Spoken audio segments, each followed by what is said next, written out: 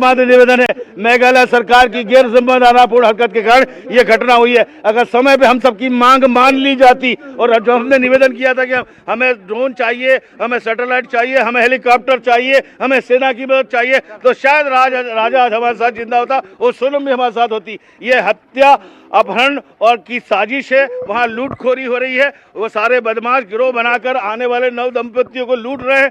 राजा की चेन गायब है, ब्रेसलेट गायब है, अंगूठियां गायब है। सोनम का अभी तक कोई ठिकाना नहीं है। मैं मेघालय सरकार को ये कहना चाहता हूँ कि इस देश की निकृष्टतम सरकार है। वहाँ के पर्यटन मंत्री इस बात का हवाला देते और ये कहते हैं कि 2 लोगों के लिए मेघालय सरकार के पर्यटन को बदनाम न करे। वो 2 लोग नहीं थे, वो 2 लोग 200 परिवारों की जिंदगियां थे, हम सबकी फैमिली थे। मेघालय सरकार मुर्दाबाद। और हम चाहते हैं सीबीआई की जांच हो इस पूरे मामले में। गृह मंत्रालय से माननीय श्री मोदी जी से, माननीय श्री अमित शाह जी से निवेदन करना चाहता हूं कि इस मामले में निष्पक्ष सीबीआई की जांच हो। बहुत बड़ा गिरोह वहां पे चोरी हो रही है, लूट हो रही है, डकैती हो रही है और अंगों का, बॉडी पार्ट्स का स्मगलिंग हो रहा है। उस सब पे रोक लगाई जाए, नहीं तो इन 5 स्टेट को इस देश से बाहर निकाला जाए। हिंदुस्तान की तरह रहेगा, इन बेईमानों चोरों की तरह रहेगा जो हमारे देश के लोग लुट रहे, पिट रहे, मर रहे, कट रहे। ये बर्बादी हम और सहन नहीं करेंगे, नहीं तो मेघालय को बर्बाद कर देंगे मध्य प्रदेश के लोग जा करके। ये दूसरी भी तस्वीर हम आपको दिखा रहे हैं। सोनम के जो पिता हैं, इन तस्वीरों में आप देख सकते हैं कि सोनम के पिता हैं और सोनम अभी तक लापता है। सोनम के बारे में कोई जानकारी नहीं मिली है।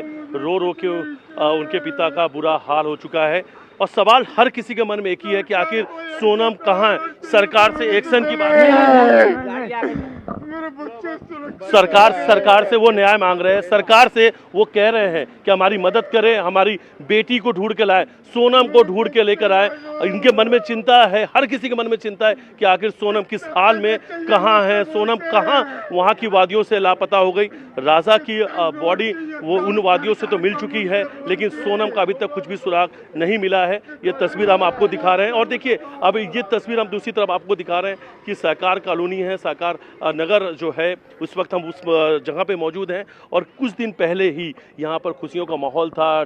बैंड बाजे के साथ में राजा की बाकायदा बारात यहाँ से निकली थी, धूमधाम तरीके से उनकी बारात निकली थी और महज 20 दिन के बाद से ही आज उसी घर से, उसी गली मोहल्ले से राजा की अर्थी निकली है। और अंतिम संस्कार में जो लोग शामिल हुए थे, अंतिम यात्रा में जो लोग शामिल हुए थे, हर किसी के मन में एक ही सवाल था कि आखिर राजा तो घूमने गए थे, हनीमून पर गए थे शिलोंग, वहाँ पर ऐसा क्या कुछ हुआ कि राजा की हत्या कर दी गई। जी।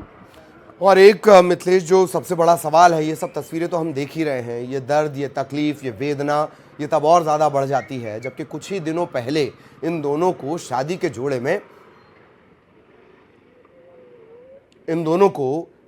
जोड़े में देखा गया और अब ये स्थितियां, इस वजह से तकलीफ और ज़्यादा बढ़ जाती हैं।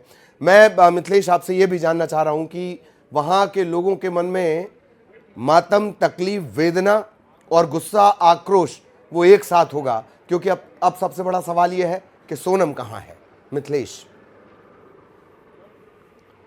बिल्कुल सही कहा आपने कि लोगों के मन में गुस्सा भी है और लोग किसके मन में ये सवाल भी, उनके जो पड़ोसी उनसे बातचीत करते हैं, सोनम कहाँ है, सवाल एक ही है। अब इसका तो कुछ अभी किसी भी प्रकार का पता नहीं चला है कि भाभी कहाँ पर है, कैसे किस हाल में है, लेकिन आशा करते हैं कि इस कंडीशन में तो वापस ना आए, वो उनका कुछ ना कुछ पता चले। अब आशा ही कर सकते हैं। आप लोग पड़ोसी हैं, किसी को भी यकीन नहीं हो रहा है कि 11 मई को इसी घर से, आप लोग भी थे, हाँ। इसी घर से बारात निकली थी राजा की, आप सब लोग शामिल थे। जी बिल्कुल बिल्कुल। आज अर्थी निकल रही है। बिल्कुल। अब आशा करते हैं कि भाभी इस कंडीशन में ना मिले, बाकी अब क्या बोल सकते हैं। सर, आप लगातार आप लोग जस्टिस की बात कर रहे हैं, न्याय की बात की जा रही है, लेकिन अभी तक सोनम जो है मिसिंग है। सर, ये मतलब इस दुखद घटना है इस देश की टेक्नोलॉजी की और 21वीं सदी में जाते हुए मोदी जी के देश की, जो कहते हैं कि एक छोटे से आतंकी हमले के बाद हमने पाकिस्तान जो विदेश में था, हमारी देश की सीमाओं को